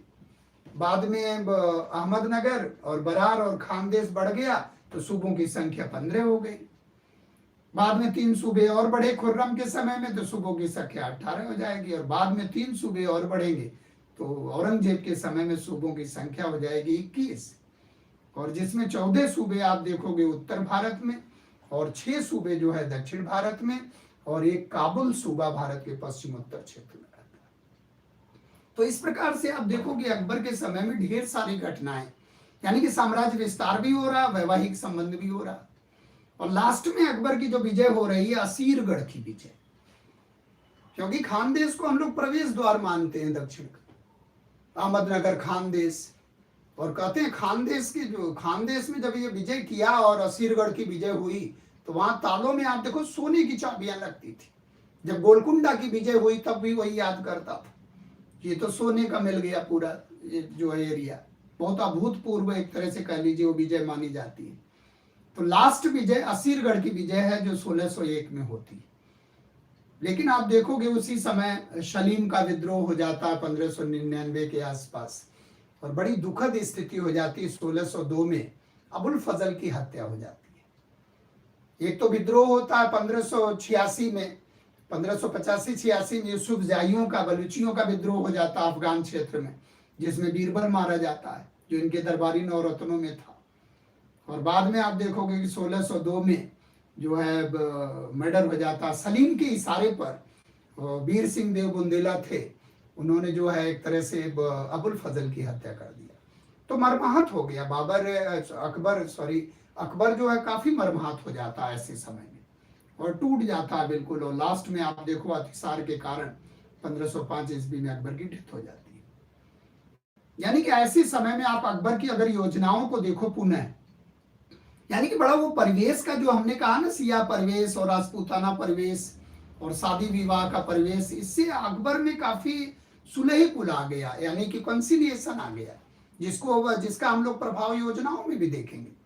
जैसे आप देखोगे लड़कों के लिए जो है शादी की उम्र तय करना कि 16 वर्ष और 14 वर्ष, 14 वर्ष लड़कियों के लिए और 16 वर्ष लड़कों के लिए, ये जो उम्र तय कर था, अंतर जातीय विवाह को एक तरह से कह लीजिए, विधवा पुनर्विवाह को प्रोत्साहन देना, सती प्रथा को समाप्त करना, तो कहीं ना कहीं ये सारी चीजें जो है एक तरह से अकबर जो दे रहा, जैसे जजिया कर को समाप्त करना, दास प्रथा को, तो आप देखोगे उन्हीं योजनाओं के दौर में, जैसे 1562 में देखा जाए तो अकबर ने दास प्रथा को समाप्त कर दिया। दास्ता आप देखो बहुत दिनों से चली आ रही थी, तो 1562 में अकबर ने क्या किया, पहला ही काम किया कि दास प्रथा को समाप्त किया। 63 में आप देखो जैसे तीर्थ यात्राओं पर जाने पर कर लगता था, 63 में आप देखो 1563 में अकबर ने तीर्थ यात्रा कर को समाप्त कर दिया। 1564 में आप देखो अकबर जो है वो जो है एक तरह से कह लीजिए कि उसको जजिया कर को समाप्त कर देता है, और लोग कह रहे हैं कि अतका खैल का प्रभाव है और पेटीकोट शासन का प्रभाव है, जबकि अकबर अपनी योजनाओं को बखूबी लॉन्च कर रहा। इसका मतलब अकबर महसूस नहीं कर रहा, दूसरा भले कह रहा कि अकबर पर अतका खैल का प्रभाव है, लेकिन अकबर ने कभी महसूस ही नहीं किया, क्योंकि सारी योजनाएं उसी समय अकबर की चल रही हैं। इसके बाद आप देखोगे कि 1575 में इबादत खाना, एक बड़ी खूबसूरत सोच है अकबर की कि इबादत खाना की स्थापना करता फतेहपुर सीकरी में, और 1575 में वो उस इबादत खाना का द्वार जो है मुस्लिम उलेमाओं के लिए खुला था, यानी कि उसमें धार्मिक चर्चा परिचर्चा होती थी। लेकिन जब देखा कि अकबर ने कट्टरता की ज्यादा वाद विवाद हो रहा है, तो अकबर ने सारे धर्मों के लिए खोल दिया। यानी कि अकबर ये जानना चाहता था कि सभी धर्मों का सार क्या है, सभी धर्मों का जो समृद्धि का कारण क्या है, उसका कुछ न कुछ तो थीम होगा, कुछ न कुछ तो मर्म होगा, उसको अकबर जानना चाहता था। और ऐसे समय में अकबर ने 78 में 1578 में सभी धर्मों के लिए द्वार खोल दिया कि इबादत खाना में सबका स्वागत। और आप देखोगे बड़े मजे की बात है कि इस इबादत खाना में बौद्ध को छोड़ दिया जाए तो सभी आए। हिंदू धर्म से आप देखो देवी और पुरुषोत्तम आए। जैन धर्म को बड़ा सम्मान करता था। जैन धर्म से आप देखो युग प्रधान जगत गुरु आपके हीर विजय सूरी आए जगत गुरु, और जिन प्रभु सूरी आए जो युग प्रधान वाले थे, शांति जैन करके आए, विजय सेन करके आए। तो ऐसे में जैन धर्म को बड़ा तरजीह देने लगा और उससे वाद विवाद अपना जो है एक तरह से तर्क वितर्क करके और जानना चाहता था कि इसका मर्म क्या, और उससे भी सीख लिया।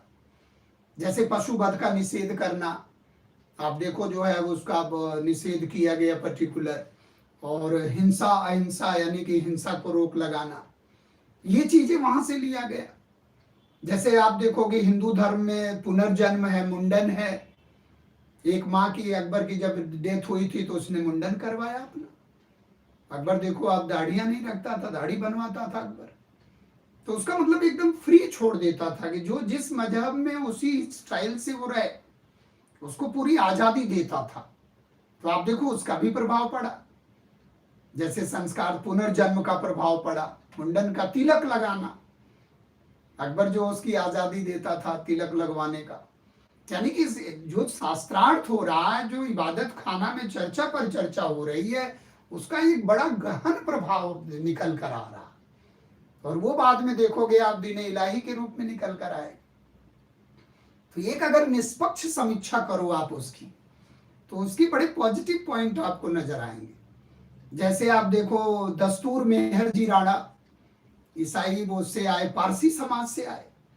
जैसे सूर्य पूजा है, अग्नि प्रज्वलित करने की परंपरा है, ये पारसी समाज से अकबर ने सीखा। दस्तूर मेहर जी का राणा का नाम बड़ा फेमस रहा। वो पारसी धर्मावलंबी के रूप में चर्चा पर चर्चा में भाग लिए। और उसी तरह से आप देखोगे कि ईसाई में जो एकवा विवाह है और मांसरेट है, वो भाग लिए। 3 ईसाई डेलीगेशन आया अकबर के समय में। आप देखो अकबर के समय में 3 ईसाई डेलीगेशन आता है, जिसमें एकवा और मांसरेट का नाम बड़ा फेमस रहता है।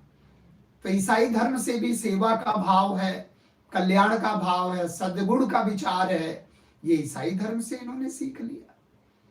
तो इस तरह से ये जो चर्चा पर चर्चा का जो इबादत खाना डेवलप किया गया, इसमें मेंस में क्वेश्चन भी आता है और इसमें प्री मेट्रिक लगाने के लिए भी आएगा। और बाद में आप देखो कि इसमें जो है बाद में गतिरोध आने लगता है, और बाद में आप देखोगे तो 1582 तक जाते जाते ये इबादत खाना बंद हो जाता है। और इसी कोरिलेशन में आप देखते हो कि एक महजरनामा आता है। महजरनामा का बहुत बड़ा प्रभाव पड़ा, यानी कि 1579 में अगर देखा जाए ये घोषणा होती है महजरनामा। कहीं कहीं महजरनामा भी मिलता है, लेकिन महजरनामा की घोषणा। अब इसके पीछे भी बहुत से लोग राजनीति करते हैं कि अकबर क्या बनना चाहता था। ये जो एक तरह से कह लीजिए जो महजरनामा, इसमें अकबर ये देखता था कि भाई अगर लोग वाद विवाद कर रहे हैं, तर्क वितर्क कर रहे हैं, कुतर्क भी हो रहा, तो कहीं ना कहीं तो उसका फाइनल निष्कर्ष निकलेगा। तो इस धार्मिक संगोष्ठी का जो फाइनल निष्कर्ष है, वो जो फाइनल वीटो लगाएगा वो अकबर लगाएगा। ये इस रूप में ये आया महजरनामा। लेकिन अब इसको कुछ लोग कहते हैं कि नहीं, वो जो जैसे बुलजले है स्मिथ महोदय हैं, कहते हैं इसके मूर्खता का परिचायक है। लेकिन अगर आप इसको गुड सेंस में देखोगे, पॉजिटिव सेंस में निष्पक्ष विवेचन करोगे, तो इसकी आवश्यकता क्यों पड़ी? क्योंकि जो धार्मिक वाद विवाद हो रहा है उसमें जो प्रश्न उभर कर आ रहे हैं कि डाउट है, और जब डाउट है तो उस पर कहीं ना कोई तो एक रूपता होनी चाहिए। और उस निष्कर्ष को निकालने के लिए उस धार्मिक पक्ष को अकबर ने अपने हाथ में ले लिया। बोले नहीं, हम वीटो लगा देंगे, दैट इज फाइनल कॉन्सेप्ट। तो ये कहीं ना कहीं अकबर का एक परिवेश उसमें दिखाई दे रहा, बखूबी जो है दिखाई दे रहा।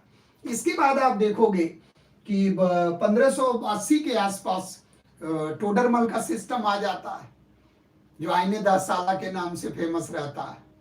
यानी कि 70 से 80 के दशक का वो पूरा जो है निकालते हैं कि राजस्व फसलों का अलग अलग, खरीफ का, जायद का, रबी और खरीफ फसल का दिखाते हैं कि अनाज कितना उपज हो रही है, प्रत्येक वर्ष को ले लेते हैं और एक आने एवरेज निकालते हैं 10 साल की उपज का, और आने वाले 10 साल को फिर उसी के हिसाब से वो लगाते हैं, जिसको हम लोग टोडरमल की सिस्टम कहते हैं, जो इनके फिनांस मिनिस्टर थे।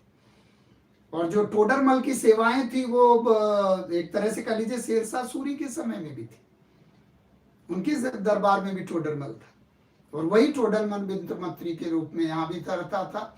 तो आप देखोगे जब्ती प्रणाली, जो आगे चलकर हम लोग सिस्टम में पढ़ेंगे कहीं ना कहीं। इसके बाद आप देखोगे तो 1582 के आसपास आता है दीन इलाही, जिसको तौहीद इलाही के नाम से भी हम लोग जानते हैं। इस पर भी काफी टीका टिप्पणी हुई, क्योंकि इसके नियम सिद्धांत थोड़े टफ थे। इतवार के दिन लोग एकत्र होते थे और उसमें ये कहा जाता था कि उत्तम कोटि का कौन है। यानी कि जब लोग आते थे दीन इलाही में, तौहीद इलाही में, तो ये कहा जाता था। अच्छा, एक चीज और ध्यान रखना, आपकी ये जो महजरनामा ये तैयार किए शेख मुबारक,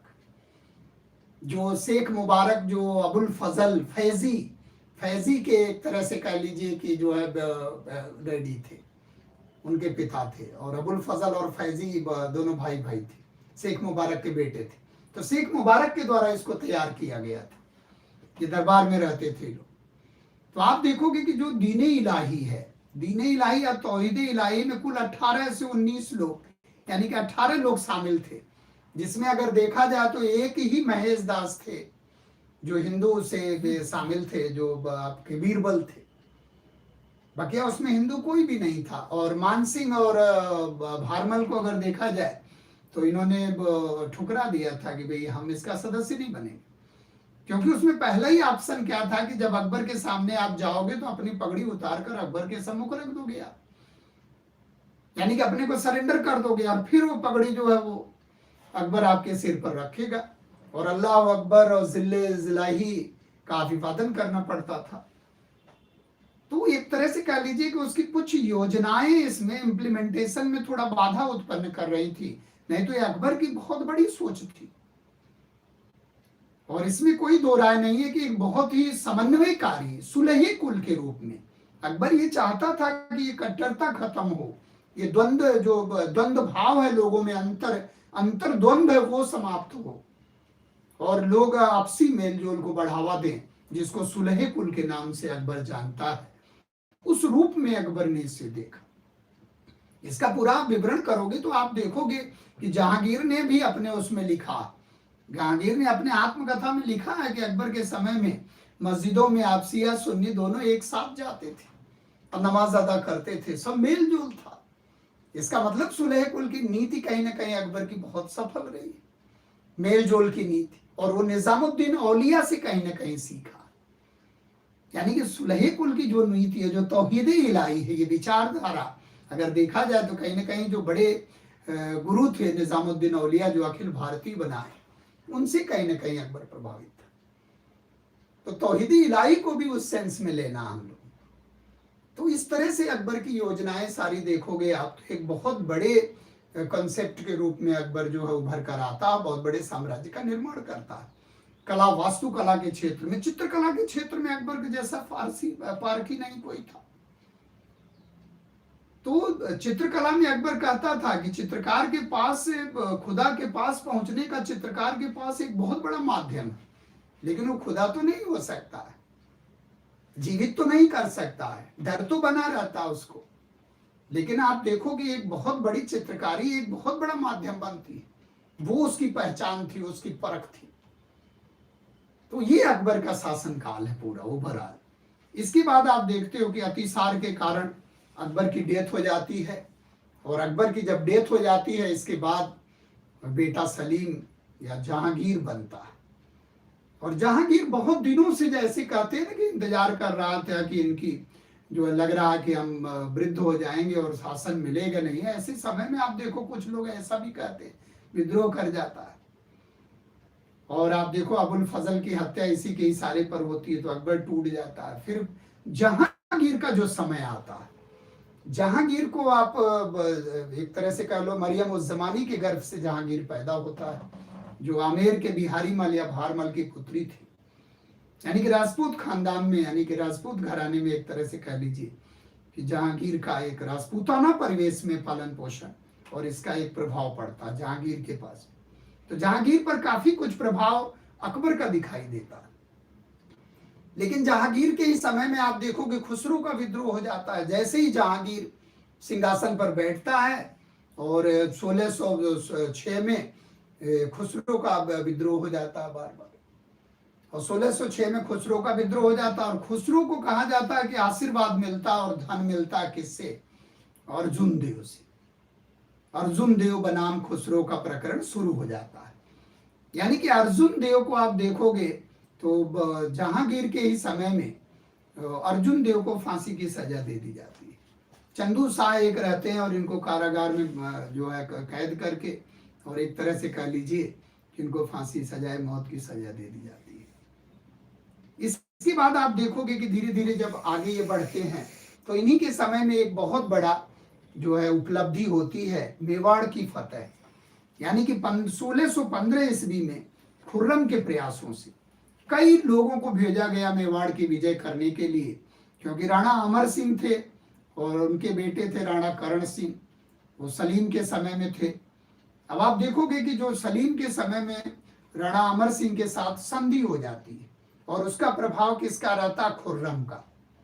यानी कि खुर्रम के प्रयासों से ये संधि होती है और फिर राणा अमर सिंह एक तरह से समर्पण कर जाते हैं और मुगल और इनके बीच में संधि होती है, जिसके कारण 15,000 का मनसब दिया जाता है खुर्रम को और शाह खुर्रम की उपाधि यानी कि शाह खुर्रम की उपाधि मिलती है और 15,000 का मनसब मिलता है इसी विजय के याद में खुर्रम। इसके बाद जहांगीर के समय में आप देखोगे एक विजय होती है अहमदनगर की विजय। अहमदनगर की विजय पूरी तरह सफल तो नहीं हो पाती है, लेकिन 1617 ईस्वी में अहमदनगर की विजय होती है, जिसमें भूमिका जो है खुर्रम की ही रहती है। अब खुर्रम की भूमिका रहती है जिसके कारण इनको जो है शाहजहां की उपाधि दी जाती है और 30,000 का मनसब भी दिया जाता है। मैं तो ज्योग्राफी की क्लास उस पे बता तो दिया गया था कि अभी कोविड है ना दोनों लोगों को, अभी दोनों मैम का हमारा चलेगा। आप एक बार रिमाइंड करवा हाँ दीजिएगा। रिमाइंड करा देंगे, ठीक है। अभी तो है ना समय, 4 मिनट है बस। चलने दो थोड़ा, 10 मिनट ये समाप्त कर लें बस। तो इस प्रकार से आप देखोगे कि खुर्रम जो है शाहजहां बन जाता है। और कभी कभी क्वेश्चन आता है कि खुर्रम शाहजहां कब बनता है? जब विजय कर लेता है, यानी कि संधि के लिए बाध्य कर देता है अहमदनगर को। तो 1617 में जो है अहमदनगर की संधि हो जाती है, जिसके कारण इसको 30,000 का मनसब मिलता है और 30,000 का मनसब मिलता है और प्लस जो है इसको शाहजहां की उपाधि मिलती है। इस प्रकार से आप देखोगे कि धीरे धीरे 22 के आसपास आकर खुसरो को जो है खुसरो की हत्या हो जाती है। लेकिन इनके समय में एक प्रभाव आप देखोगे, 1611 में मेहरुन्निसा से मुलाकात होती है। यानी कि मेहरुन्निसा जो नूरजहां जिनको आप कहते हो, मेहरुन्निसा से निकाह हो जाती है, जो शेर अफगन की पत्नी थी। और जिससे शेर अफगन से अली कुली खां, वही शेर अफगन, और शेर अफगन की वाइफ रहती है कौन? नूरजहां। और नूरजहां से एक पुत्री होती है लाडली बेगम, और लाडली बेगम की शादी होती है शहरयार के साथ। तो इसका मतलब नूरजहां यानी कि मेहरुन्निसा, वही जो इत्र का आविष्कारक, इत्र के विधि का आविष्कारक नूरजहां की मां। अगर प्रोसेस ऑफ सेंट आ जाए तो असमत बेगम को लगाना है, लेकिन अगर प्रोडक्ट आ जाए, फैशन डिजाइनिंग आ जाए, तो नूर महल नूरजहां को लगाना। वही मेहरून निशा के नाम से जानी जाती थी। और इन्हीं के पिता जो है गयास बेग हुआ करते थे, जिन्हें एतमादुद्दौला का टाइटल मिला था। एतमादुद्दौला का मकबरा जो बनेगा आगरा में, व्हाइट मार्बल्स का है, जिसको ताज का पूर्वगामी कहा जाता है। और इन्हीं का भाई था आसफ खां, और आसफ खां की जो पुत्री थी अर्जुमंद बानो बेगम, यानी कि मुमताज महल।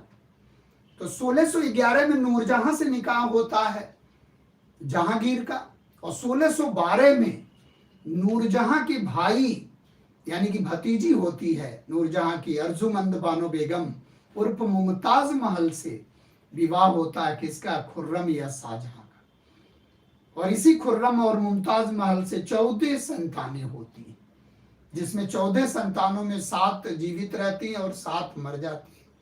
जिसमें आप देखोगे कि दारा सिको, मुराद बख्श, औरंगजेब, शाह सुजा, गौहन आरा, जहान आरा, रोशन आरा और गौहन आरा। और बाद में गौहन आरा की प्रसव पीड़ा होती है। तो लास्ट में आप देखोगे बुरहानपुर में 1631 में डेथ हो जाती है मुमताज की। बाद में वहां दफनाया जाता, फिर वहां से ले आया जाता आगरा। फिर उन्हीं के याद में आगरे के ताजमहल का निर्माण 22 वर्षों में तैयार होता है। तो इस तरह से एक नूरजहां झुंटा ग्रुप बनता है। एक तो आप देखोगे सलीम का जो पहले का समय है, जहांगीर के बारे में हमने कहा था कि जहांगीर ने अपनी आत्मकथा भी लिखा था फारसी में, तुजुकी जहांगीरी के नाम से। और जहांगीर के बारे में कहा जाता है कि चेन ऑफ जस्टिस के लिए बड़ा फेमस था, न्याय की जंजीर। यानी कि आप देखोगे सोने की एक जंजीर थी, 30 गज की थी, जिसमें 60 घंटियां लगी थी, और यमुना नदी के किनारे वो लटक रही थी, और फरियाद करने वाला उसको फरियाद करता था। तो वो चेन ऑफ जस्टिस के नाम से जहांगीर का समय जाना जाता था। और एक कभी कभी क्वेश्चन आता है कि जहांगीर जो आईने जहांगीरी है, एक तो तुजुके जहांगीरी है जो जहांगीर की आत्मकथा है, जिसको प्रारंभ और पूरा कराने का श्रेय मोहम्मद हादी को दिया जाता है। और मोतमिद खान ने इसमें 2 वर्षों का इतिहास जोड़ा था। तो ये 3 लोगों के प्रयासों से आत्मकथा तैयार हुई थी। इसी प्रकार से आप देखोगे एक आईने जहांगीरी के नाम से 12 इन्होंने निदेशक तत्व जारी किया था, जिसको जैसे हम लोग डीपीएसपी पढ़ते हैं संविधान में कि राज्य के नीति निदेशक तत्व, तो उसी तरह से जहांगीर पहला वो शासक था इतिहास का जिन्होंने 12 प्रिंसिपल्स लोगों के लिए जारी किया था। और उसमें बताया था कि तमगा खत्म हो जाएगा, मीरबारी खत्म हो जाएगा, और क्या क्या उसके शासना आदेश थे, जिसको आईने जहांगीरी के नाम से जाना जाता है। इसे भी हम लोगों को याद करना। और एक जो है अर्जुन देव के प्रकरण को याद करना, जो सिखों के 5वें गुरु थे, जिन्होंने धन और आशीर्वाद दिया था खुसरो को, जिसके कारण एक तरह से कह लीजिए कि इनको जो है सजाए मौत की सजा दी जाती है। और अर्जुन देव वही अर्जुन देव है जो आदि ग्रंथ के संकलन करता है और हरिमंदिर साहब की नींव डालने वाली, जो बाद में चलिए स्वर्ण मंदिर के नाम से प्रसिद्ध होता है। वही सिख धर्म के 5वें आदि गुरु जो है गुरु अर्जुन देव के द्वारा। इसके बाद आप देखोगे कि जुंटा ग्रुप एक बनता है। जुंटा ग्रुप का मतलब है कि एक नूरजहां ग्रुप बनता है, जिसका पूरा प्रभाव दिखाई देता है सलीम पर। तो सलीम सारी योजनाओं पर आप देखोगे पूरा नूरजहां ग्रुप का प्रभाव देखता है, जिसमें नूरजहां के पिता गयास बेग यानी कि एतमादुद्दौला, नूरजहां की माता असमत बेगम, और नूरजहां का भाई यानी कि आसफ खां और खुर्रम। अब सवाल ये उठता है कि जब एक तरह से शहरयार यानी कि 1620 में शहरयार की शादी लाडली बेगम से हो जाती, और 1612 में अर्जुमंद बानो बेगम की शादी खुर्रम से हो जाती है। और खुर्रम बड़ा सक्रिय था नूरजहां जुंटा ग्रुप का।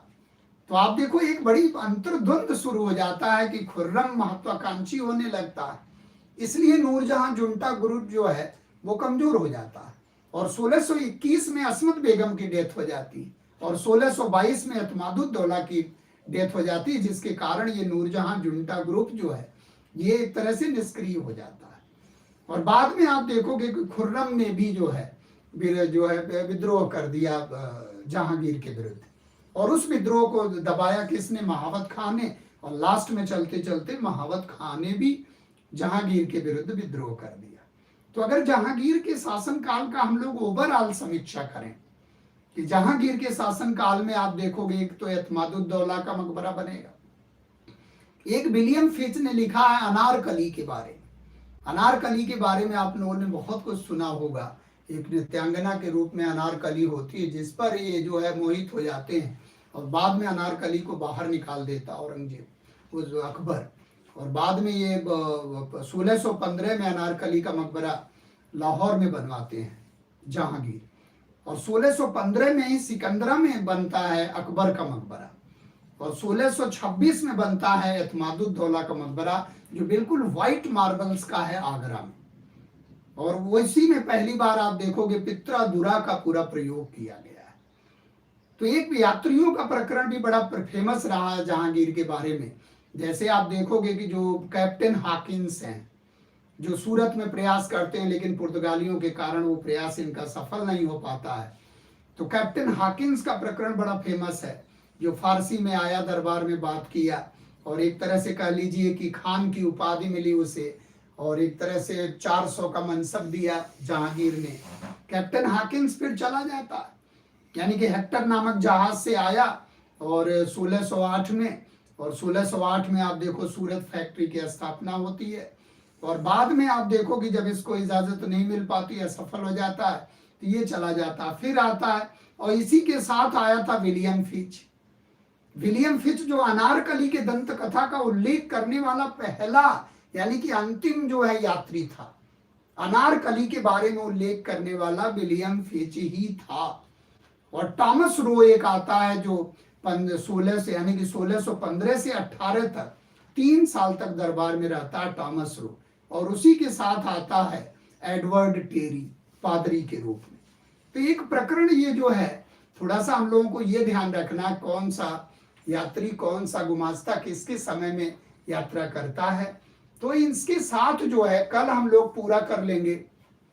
और जो एक महत्वपूर्ण सूचना थी, क्योंकि मिश्रा सर जो DN मिश्रा सर CSAT का क्लास ले रहे थे उनको भी कोविड हो गया, और जो मनोज सर ज्योग्राफी का क्लास ले रहे थे उनको भी कोविड हो गया।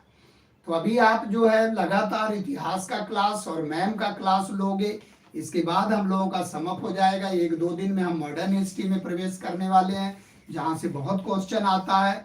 तो ढेर सारी शुभकामनाओं के साथ हम लोग यही वाणी को विराम देते हैं। कल हम लोग मिलते हैं। तो जय हिंद, जय भारत, गुड नाइट।